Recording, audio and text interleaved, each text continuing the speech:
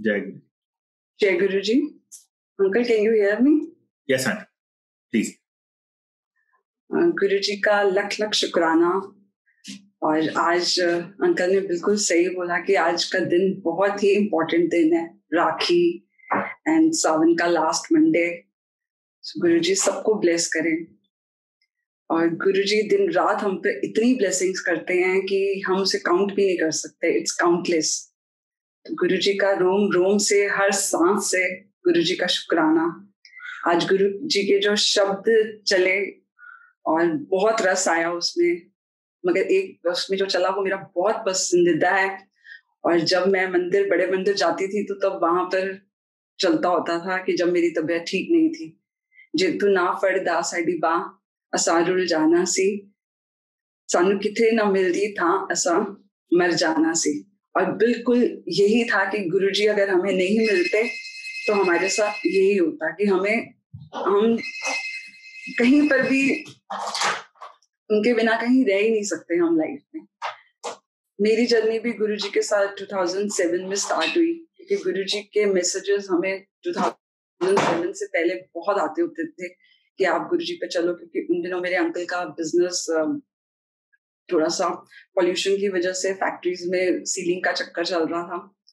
तो मेरे brother in law मेरे अंकल को बहुत इंसिस्ट करते थे गुरुजी के मंदिर जाने को, बट अंकल सब जगह जाके थक हार चुके थे तो वो अवॉइड करते थे कि नहीं, मैंने जो भी अर्जी लगानी है मैं डायरेक्ट भगवान को लगाऊंगा। उसके बाद 2007 मई में मेरी बेटी का 10th का रिजल्ट आना था, तो मेरे नेक पे एक स्वॉलन लिम्फ नोड ग्लैंड हुआ।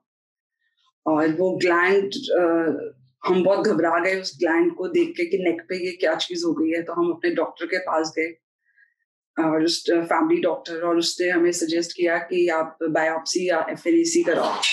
और हमारे दिल में बायोप्सी सुन के हमें बहुत डर लगता था, क्योंकि बायोप्सी कराना इट मीन्स कि वो कैंसर की तरफ जाना।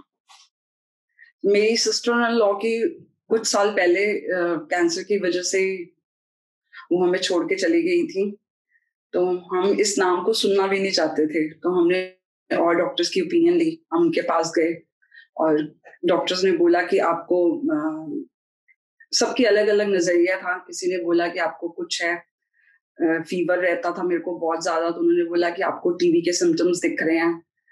तो हमने थैंक यू बोला एंड कि शुक्र है कि वो कैंसर नहीं है हमारी लाइफ में।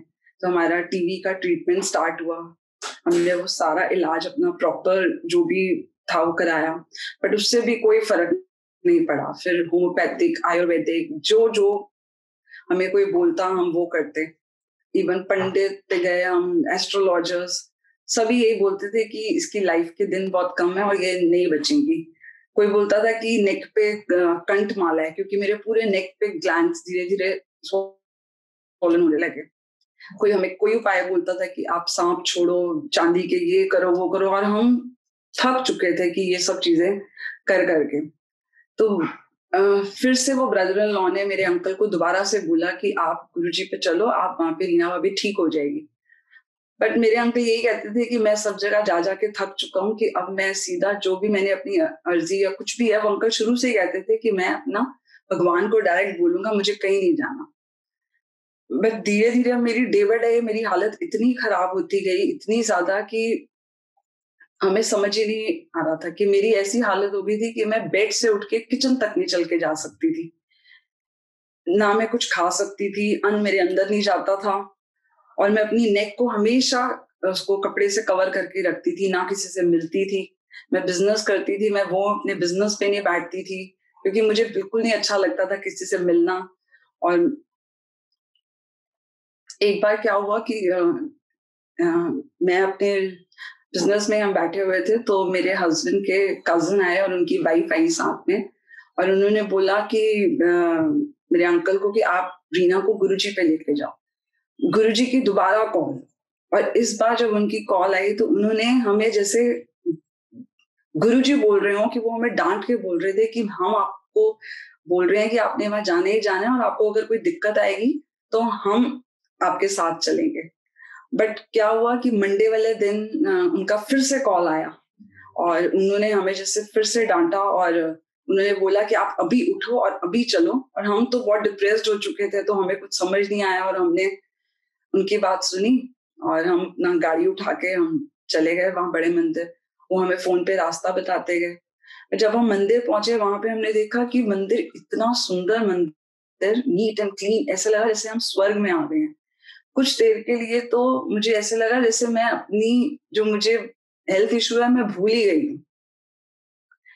देन फर्स्ट टाइम जाते ही मेरे अंकल जब गुरुजी के हॉल में मंदिर में बैठे तो उन्होंने गुरुजी से मन ही मन बात करी कि गुरुजी अभी तो मैंने लाइफ में कुछ देखा ही नहीं, मेरे बच्चे इतने छोटे हैं, मुझे तो घूमने का इतना शौक था, मेरा तो अभी प्रॉपर्टीज मैंने बनानी थी, बट गुरुजी ये क्या मेरे साथ ही क्यों हुआ। और जैसे ही ये बात मुझे नहीं पता थी कि मेरे अंकल गुरुजी से ऐसे बात कर रहे हैं ना, उन्होंने मुझे बहुत टाइम तक बताई नहीं। और जब हम हॉल से बाहर निकले तो हमने देखा कि तब उन दिनों 2009 में हमने गुरुजी पे जाना स्टार्ट किया। तो उस टाइम गुरुजी के वहां पे संगत बड़े मंदिर में बहुत कम होती थी और लोग 4-5 के ग्रुप्स में दूर दूर बैठ के गुरुजी का गुणगान कर रहे होते थे।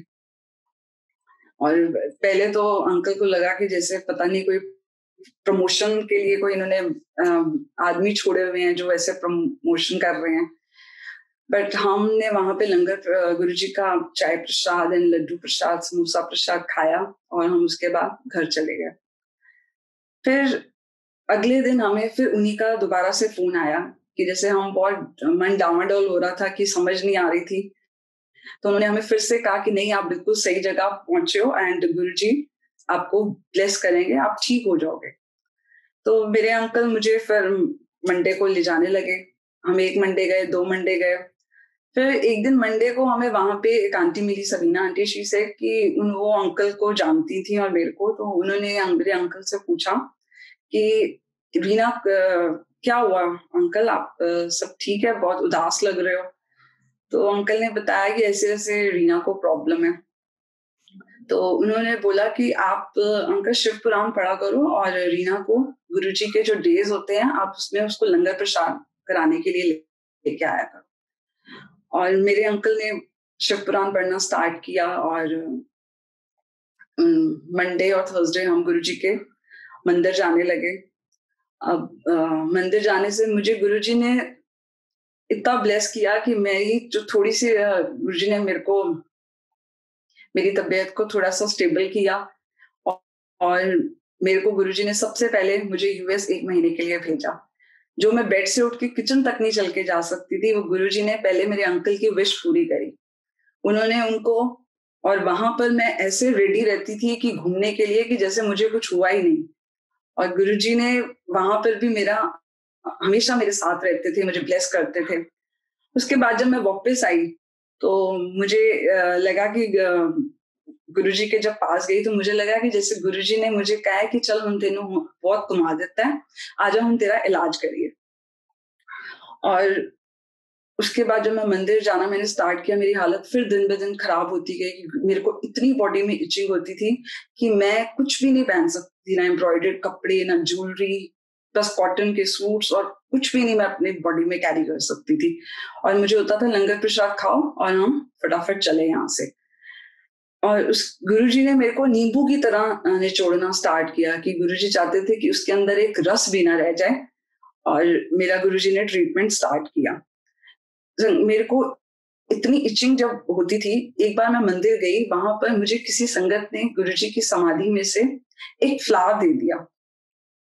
वो फ्लावर जस्ट मैंने अपनी बॉडी पे हल्का सा टच कर लिया और जो मैं सारी सारी रात नहीं सोती थी, एक सेकंड भी नहीं बिना इचिंग के रहती थी पूरा पूरा दिन, वो फ्लावर जब मैंने अपनी बॉडी पे टच किया मुझे 3 घंटे मुझे इचिंग नहीं हुई बिल्कुल भी। मुझे ऐसे लगा जैसे गुरुजी मुझे कह रहे हो कि देख मैं तेरी हमेशा के लिए खत्म करूंगा। जब इन सब होने के बाद मैंने गुरुजी पे अपनी लाइफ सरेंडर कर दी। फिर हमने अपना और मैं जब भी बड़े मंदिर जाती थी थर्सडे को हम रेडी हो जाते थे और 6 बजे हम वहां जाके अपना चाय प्रसाद और सब लेते थे।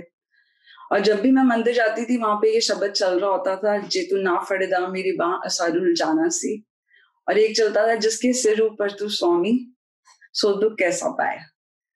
और जब भी हम गाड़ी से उतरते थे तो हमेशा ये शब्द मेरे कानों में सुनाई देता था,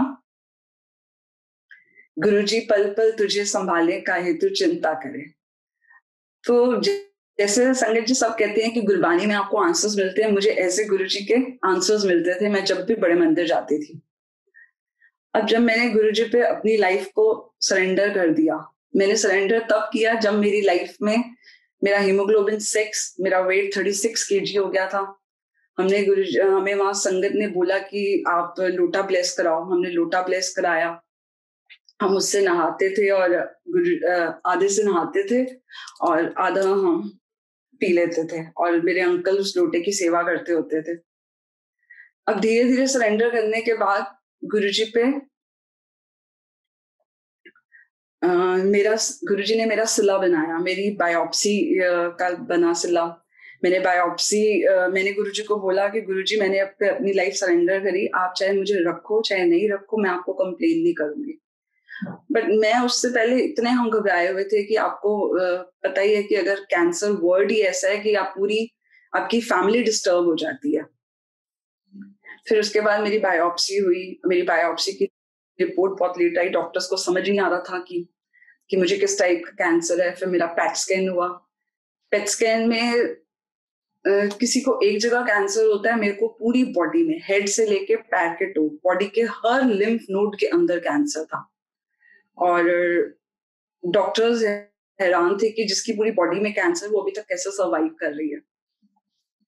तब जब मेरी रिपोर्ट्स यूएस में भी दिखाई गई और उन्होंने बोला कि यहाँ आप इनको नहीं ला सकते क्योंकि ये ट्रेवल नहीं कर पाएंगी और आप इनका वहां पर ही इलाज कराओ। तो मेरा वहां पर इंडियन डॉक्टर को दिखाया, सब कुछ हुआ। और वो डॉक्टर्स जब मेरे बेटा और मेरे अंकल रिपोर्ट्स दिखाने गए मैक्स हॉस्पिटल में, तो वो डॉक्टर मेरे अंकल से और बेटे से नजरें नहीं मिला सकता था, क्योंकि उसमें रिपोर्ट में था कि लास्ट स्टेज का कैंसर 4th स्टेज, और बचने के कोई चांसेस नहीं थे क्योंकि फुल बॉडी में स्प्रेड हो चुका था। तो डॉक्टर्स बोलते थे कि जिसकी पूरी बॉडी में है उसका बोन मैरो ट्रांसप्लांट करना पड़ेगा। मगर हम तो हर मंडे थर्सडे गुरुजी का लंगर प्रसाद रेगुलर हमारा रूटीन था कि हमने जाना ही जाना। एक दिन जब मेरी रिपोर्ट्स आई थी और डॉक्टर्स वगैरह ने सब जब कह दिया कि बोन मैरो ट्रांसप्लांट करना पड़ेगा, तो हम अपनी रिपोर्ट्स लेके गुरुजी पे गए और हमने वहां पर गुरुजी की चेयर के पास हमने अपनी रिपोर्ट्स प्लेस कराई। और वो मंडे का दिन था और मैं बहुत रो रही थी। समाधि से बाहर जहाँ पे गुरुजी का रूम है, उस रूम से बाहर निकलकर मैं वहां पर बैठी हुई सीढ़ियों से उतरते हुए बहुत रो रही थी। तो एक आंटी मेरे पास आई और मेरे घुटने पे हाथ रख के बोलती हैं, ठीक हो जाएगी, ठीक हो जाएगी, ठीक हो जाएगी। उन्होंने मुझसे कुछ नहीं पूछा, उन्होंने ये कुछ भी नहीं कि क्यों रो रही है, कि क्या प्रॉब्लम है। और वो आंटी उसके बाद कभी हमें मंदिर में नहीं दिखी। और ऐसे ही उसके बाद क्या हुआ कि मेरे मम्मी पापा को फिर लगा कि अब इसके तो लाइफ के दिन बहुत कम है, क्योंकि डॉक्टर्स ने बोला था इनके चांसेस नहीं है बचने के, सिर्फ 10-15 दिन है। तो मेरे पापा मम्मी ने सोचा कि अब इसको हम थोड़े दिन अपने घर ले जाते हैं। तो वो लोग मेरे को अपने घर ले गए और वहां पर मैंने फर्स्ट ड्रीम गुरुजी का देखा कि गुरुजी के बड़े मंदिर में, गुरुजी के हॉल पे एक फोल्डिंग चारपाई पे मैंने अपने आप को वहां पर देखा और जैसे गुरुजी मेरे को ब्लेस कर रहे हो। फिर उसके बाद हम मंदिर गए और मंडे क्योंकि हमारा रूटीन था, तो एक अंकल, मैं वॉशरूम की तरफ जा रही थी और एक अंकल वहां से आ रहे थे और उन्होंने हमें बोला था कि आप लोटा ब्लेस कराओ। तो उनको पता था कि मेरी हालत और सबके बारे में। तो अंकल मुझे बोलते हैं कि आंटी आपकी रिपोर्ट में क्या आया? तो मैंने कहा अंकल लिम्फोमा हॉजकिन कैंसर। तो वो अंकल जब वहां से निकलते हुए मेरे को बोलते हैं, आंटी लिम्फोमा वोमा कुछ नहीं होता, जाओ तुसी ऐश करो। और वो पंजाबी में बोल के गए जैसे गुरुजी बोलते हैं। और नेक्स्ट मंडे जब मैं उन अंकल को मिली और मैंने उन अंकल को बोला कि अंकल आपने तो आंटी ऐश करो बोल के मेरी लाइफ बदल दी, क्योंकि मैं संगत से सुनती होती थी कि गुरुजी बोलते हैं कि ऐश करो जा कल्याण कितना। तो वो अंकल बोलते हैं कि आंटी मैं और मंदिर में खड़े होके आपको गुरुजी के वर्ड्स बोल दूं, वो मैंने नहीं बोले, बट आई नो वो गुरुजी थे जो उनके मुंह से ये ऐश करो वर्ड्स निकलवा गए। उसके बाद मेरी कीमो स्टार्ट हुई और मेरी फर्स्ट कीमो में मुझे कीमो से बहुत डर लगता था, तो मैं गुरुजी को हर थर्सडे इनवाइट करके आती थी और 15 दिन बाद मेरी कीमो होती थी और मैं गुरुजी को बोलती थी कि गुरुजी प्लीज मेरी कीमो है, आप मेरे साथ रहना। और मंडे मेरा कीमो का डे होता था। मैं मंडे इसलिए लेती थी क्योंकि मुझे होता था कि जैसे ही मेरी कीमो खत्म होएगी मुझे बड़े मंदिर जाना है। और मेरी स्टार्ट हुई कीमो और फर्स्ट जब उन्होंने मेरा बोन मैरो लिया, मेरा बोन मैरो बिल्कुल क्लियर और डॉक्टर्स इतने हैरान हो गए कि जिसकी पूरी बॉडी में कैंसर, जिसको 5 साल से कैंसर, उसकी बॉडी में उसकी लिम्फ उसके सॉरी उसका बोन मैरो कैसे क्लियर आ गया। क्योंकि हम मेरा 2011 में ये मेरी रिपोर्ट्स और ये सब का गुरुजी ने सलाह बनाया था। और उसके बाद गुरुजी ने, मैं गुरुजी के शब्द अपने साइड पे लगा लेती थी। गुरुजी की मेहर से मेरे को, मैंने कीमो ऐसे अपनी लाइफ में जी जैसे कोई प्रिंसेस जीती है। मेरी फर्स्ट कीमो में मेरे को जो मैं इचिंग से इतनी परेशान थी वो मेरी गुरुजी ने सबसे पहले खत्म करी और मुझे इतना अच्छा लगने लगा कि मैं हर मंडे जैसे ही मेरी कीमो खत्म होती मैं गुरुजी को डॉक्टर को बोलती कि मुझे बड़े मंदिर जाना है और मुझे वहां प्रसाद वगैरह ये सब लेना है गुरुजी का। बट डॉक्टर्स बहुत मना करते थे कि आपको बाहर का नहीं खाना, क्योंकि उनको लगता था कि इन्फेक्शन हो जाता है, तो इसीलिए उस टाइम पे जो कीमोज हो रही होती हैं तो स्पेशली सबको मना अवॉइड करना चाहिए ये सब बाहर का खाना। बट मुझे होता था कि नहीं, मैंने तो गुरुजी का लंगर प्रसाद जरूर खाना है और मैं मंडे जैसी कीमो खत्म होती थी मैं गुरुजी के लंगर प्रसाद खाने चली जाती थी। और जब मेरी फर्स्ट कीमो खत्म हुई, मेरी सेकंड कीमो आई, तो गुरुजी मेरे ड्रीम में आए और बहुत सुंदर गुरुजी ने रेड चोला पहना हुआ था और जहां से मेरा बोन मैरो लिया वहां पे मुझे जोर से लात मार के कहते हैं जा तेरी लाइफ के 10 साल और बढ़ाए। मेरे को तो ये सुन के इतनी खुशी हुई कि मुझे तो समझ ही नहीं आ रहा था कि, क्योंकि हमने सुना था कि गुरुजी ड्रीम में आते हैं, इट्स टेलीपैथी, वो आपसे आके बात करते हैं, तो हमारा तो खुशी का ठिकाना ही नहीं था। तो हमने बड़े मंदिर जाके हमने संगत से बात करी तो संगत कहने लगी कि गुरुजी ने अगर आपको बोला 10 इयर्स तो 10 इयर्स गुरुजी ने आपकी लाइफ एक्सटेंड करी है। और मेरे अंकल और हम सब घर में इतने खुश, और हमारी कीमोस गुरुजी ने इतनी स्मूथली निकाल दी कि मुझे कोई कीमो के इतने साइड इफेक्ट्स नहीं होते थे। इवन मेरी विग लाई हुई यूएस से मेरी यूज में नहीं आई और मेरे को लगा कि कीमो कराने से मेरी बॉडी के जो सेल्स थे वो रीजनरेट होने लग गए और मेरी स्किन इतनी अच्छी होने लग गई, जो मैं इचिंग करके जो इतने रैशेस और रेड हो गई थी और जो मुझे कभी लगता था कि वापस ठीक नहीं होगी, बट वो मेरी वापस अच्छी होने लग गई कि गुरुजी की इतनी मेहर। और जब भी मैं अपने साइड पे गुरुजी के शब्द लगाती थी और पेशेंट्स जो होते थे वो भी गुरुजी उनको भी ब्लेस कर देते थे। वो सब लोग, उनको मेरा वेट रहता था कि जब मेरी बारी आती थी कि 15 दिन बाद की रीना ने आना है, डॉक्टर्स और सब वहां का माहौल इतना खुशनुमा बना देते थे गुरुजी कि सब वहां बहुत एंजॉय करते थे। तो हमें ऐसे लगता था कि हम कीमो कराने नहीं गए, हम वहां पिकनिक मनाने गए हैं। और गुरुजी दिन रात हम पे ऐसे ही मेले करते रहे और गुरुजी का मैं लख लख शुक्राना करूंगी और thank you Guruji for everything. Guruji ने मेरी लाइफ इसके बाद और एक्सटेंड करी, क्योंकि मुझे नहीं पता था कि सरेंडर इतनी बड़ी चीज होती है कि मैंने गुरुजी पे सरेंडर किया तो गुरुजी आपकी लाइफ ही चेंज कर देते हैं। तो मैंने गुरुजी को जब बोलती थी कि गुरुजी प्लीज मुझे मंदिर में सेवा करने का मौका दो, तो बट मुझे सेवा नहीं मिलती थी, क्योंकि तब वो बोलते थे कि जब लेनी होगी ना गुरुजी ले लेंगे, आप बिजनेस करते हो, आप ऐश करो और लंगर प्रसाद खाओ। तो हम लंगर प्रसाद और ऐसे ही थर्सडे जाते थे, गुरुजी का लंगर प्रसाद करते थे। एक बार क्या हुआ कि कैनुला से मेरे हाथ की ना वेन्स, बिल्कुल मेरा हाथ चलना बंद हो गया तो मैं बड़े मंदिर से हॉल से जब लंगर हॉल से जब हम प्रसाद लेके बाहर निकले तो एक आंटी मुझे कहती हैं कि आंटी आप किचन में आटा गूंदवा दोगे। अब मैंने बोला कि मेरा तो हाथ बिल्कुल नहीं चलता और गुरुजी मुझे आटा गूंदने को कह रहे हैं।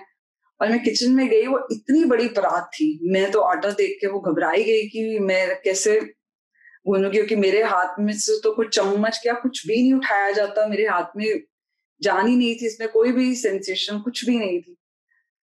तो नेक्स्ट थर्सडे फिर वही हुआ, फिर गुरुजी ने भेजा आंटी को और आंटी ने मुझे बोला आप आटा गूंदवा दोगे।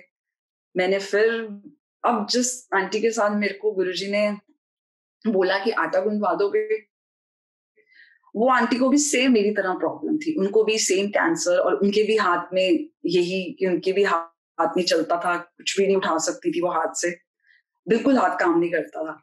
और गुरुजी ने हम दोनों को वो सेवा दी और हम दोनों का उसके बाद बिल्कुल हाथ बिल्कुल ठीक, कुछ भी हमारे हाथ में प्रॉब्लम नहीं हुई। गुरुजी ने वो ब्लेस किया। फिर गुरुजी मेरे को 2014 में मेरे को गुरुजी ने सेवा बख्शी बड़े मंदिर के चोले बनाने की। और मैं गुरुजी के चोले इतने सुंदर देख देख के इतनी वो होती थी कि मेरे को बस कुछ समझ नहीं आती थी। मेरे को होता था ना मुझे खाने की होश होती थी, मैं बस अपने कारीगरों के पास वो उनको स्टिच कराती रहती थी, उनकी लेसेस और ये सब इनके बारे में डिस्कस करके रहती थी। थर्सडे को चोला चढ़ाना होता था और वेडनेसडे को मैं सारा टाइम बस बिजी रहती थी गुरुजी के चोलों में कि ये बनाना है, कारीगरों के साथ हमेशा टेबल पे खड़े होके एक पैर पे कि कुछ भी गुरुजी का कुछ इधर उधर ना हो, सब बहुत अच्छे से बने। और उसके बाद हमें नहीं पता था कि ये सेवा देना गुरुजी की ब्लेसिंग्स का तरीका है। एक बार मेरे अंकल शिव पुराण पढ़ रहे थे तो हमने कभी ये गौर नहीं किया था, अंकल पहले भी शिव पुराण पढ़ते थे मगर कभी ये आया नहीं था कि हमारे उसमें कि गुरुजी शिव जी भगवान बोलते थे कि जो भगवान के वस्त्र बनाता है उसकी उम्र बढ़ती है। तो ये मेरे अंकल ने जब मुझे बताया कि ऐसे ऐसे हम चोले बनाते हैं ना तो गुरुजी ने लाइफ और एक्सटेंड करनी है, तो हम तब भी बहुत खुश हुए और शुक्राना गुरुजी, थैंक यू फॉर एवरीथिंग। फिर उसके बाद हम 2016 में डुगरी गए। वहां पर गुरुजी जिस पेड़ के नीचे बैठ के अपनी तपस्या और पूजा पाठ करते थे, उस टाइम गुरुजी की भतीजी की शादी थी और वहां पे वो जाना था सब लोगों ने जागो के लिए, और उस पेड़ की परिक्रमा करके सब वापस आ रहे थे। तो मैं जैसे ही वहां पर गई और सब लोग अपनी कुछ जो भी उनको वहां पे गुरुजी दिखाना चाह रहे हो या सब अपनी ब्लेसिंग्स लेके आ रहे थे, तो मुझे कुछ समझ नहीं आ रहा था। तो मेरे वहां पे एक छोटा सा बच्चा आया और उसने क्या किया कि जहां पे गुरुजी तपस्या करते थे वहां से मिट्टी उठाई और मेरे माथे पे लंबा सा टीका लगा दिया। एंड मुझे तब भी मुझे ये फील आई कि जैसे गुरुजी ने मेरी उम्र और बढ़ा दी है। और इसी तरह फिर गुरुजी ने मेरे को उसका प्रूफ भी दिया। मैं उसके बाद आने के बाद मैं मॉडल टाउन में सत्संग सुना रही थी और इसी तरह की अपनी जैसे गुरुजी ने मेरी लाइफ ब्लेस करी, मेरी 10 ईयर एक्सटेंड करी। तो वो आंटी का मुझे नेक्स्ट डे फोन आता है कि आंटी जब तुसी सत्संग सुना रहे सी ना तो गुरुजी मैनू बार बार कह रहे सी उन जाके कह दे मैं उनकी लाइफ बता देती है। मतलब कि और उससे थोड़ी देर पहले मैं अपने अंकल को बोल रही थी कि हम तो गुरुजी को ऐसे कुछ बोलते भी नहीं है कि गुरुजी, बट गुरुजी ने लाइफ एक्सटेंड करे क्योंकि गुरुजी ओनली वांट सरेंडर। गुरुजी कहते हैं आप सरेंडर करो फिर मैं देखो आपकी लाइफ का घोड़ा कैसे चलाता हूँ। अब जब मेरी लाइफ एक्सटेंड हो गई तो मेरे अंकल सोचते थे, क्योंकि मैं बुटीक रन करती थी और मेरे अंकल को होता था बिजनेस तो किसी ने करना नहीं है तो अब इसको आगे, और उनका यही प्लान था कि हमने इसको बंद कर देना। बट जब मेरे को गुरुजी ने साइन देने स्टार्ट किया और गुरुजी ने बोला जा उन्होंने कह दे मैं उनकी लाइफ और बता देती है, तो फिर मैंने अपने अंकल को बोला कि आप दोबारा से बिजनेस स्टार्ट करो। और गुरुजी ने हमारा दोबारा बिजनेस स्टार्ट कराया। जहां मैं रहती थी गुरुजी ने मुझे वहां से मूव कराया और जहां मैं मूव होके गई वहां पे जो भी हम लैंडलॉर्ड को कुछ भी बोलते थे एग्रीमेंट या किसी भी तरह से, वो कुछ भी ना नहीं करता था, हमें सब कुछ हमारे अकॉर्डिंग करने देता। उसने हमें बोल दिया, जैसे वो गुरुजी ही चाह रहे हो कि तुम निकलो वहां से। और हम जैसे ही फिर निकले, उसके बाद गुरुजी ने मेरा बिजनेस वापस इतना अच्छा कर दिया कि गुरुजी की मेहर का कोई अंत ही नहीं था। अब उसके बाद मेरे को गुरुजी ने ब्लेस किया। अब हमारा बेटा इधर कनाडा में रहता है, तो अब 2019 की बात है, मैं गुरुजी को बोलती थी, मेरे हस्बैंड को होता था कि हमने बेटे के पास जाना है इधर कनाडा की, अब हम फैमिली है, एक ही तो बेटा है, तो हम इकट्ठे रहेंगे, क्योंकि बेटी की तो मेरी शादी हो चुकी थी, वो रहती है नोएडा। तो अंकल कहते थे कि अब हम बेटे के पास चलेंगे। बट मैं बिजनेस में इतनी बिजी हो चुकी थी कि मुझे कुछ समझ नहीं आती थी कि हम वहां जाके क्या करेंगे, हम कैसे रहेंगे।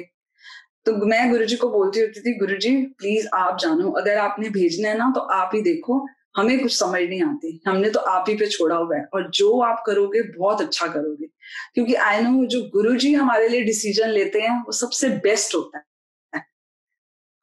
और गुरुजी ने मेरा वही सिला बनाया, मेरा अच्छे से मेरा उसको बुटीक को वाइंड अप कराया, और मुझे बहुत अच्छे से मेरा माइंड फ्रेश करके गुरुजी ने मुझे यहाँ भेजा। अब गुरुजी की इसमें भी आप प्लानिंग देखो कि अगर गुरुजी पे हम सरेंडर करते हैं, हमें क्या पता था कि ये कोविड आएगा और पूरे वर्ल्ड में इतनी सब जगह के फेस करना बहुत मुश्किल हो जाएगा। और आज अगर हम वहां पर होते और हम तो हम वहां बैठ के हम सोच रहे होते अपने बच्चे के बारे में कि हम कि कैसे रह रहा होगा, और हमारा मन भी, हम हस्बैंड वाइफ का परेशान हो रहा होता। बट गुरुजी की प्लानिंग इतनी एक्यूरेट कि गुरुजी ने हमें यहाँ भेजा, आज हम इतने अच्छे से रह रहे हैं कि गुरुजी दिन रात हमसे इतनी ब्लेसिंग्स हम पे कर रहे हैं, और हमसे सत्संग करा रहे हैं, और हम पे जूम पे और यूट्यूब पे हमें इतना मौका दे रहे हैं सुनने का, सुनाने का। तो ये गुरुजी की अपार कृपा है हम सब पे, और मैं चाहूंगी गुरुजी सबको ऐसे ही ब्लेस करते रहो। शुक्राना गुरुजी, पल पल शुक्राना, लख लख शुक्राना। जय Guruji. Thank you so much Guruji, love you.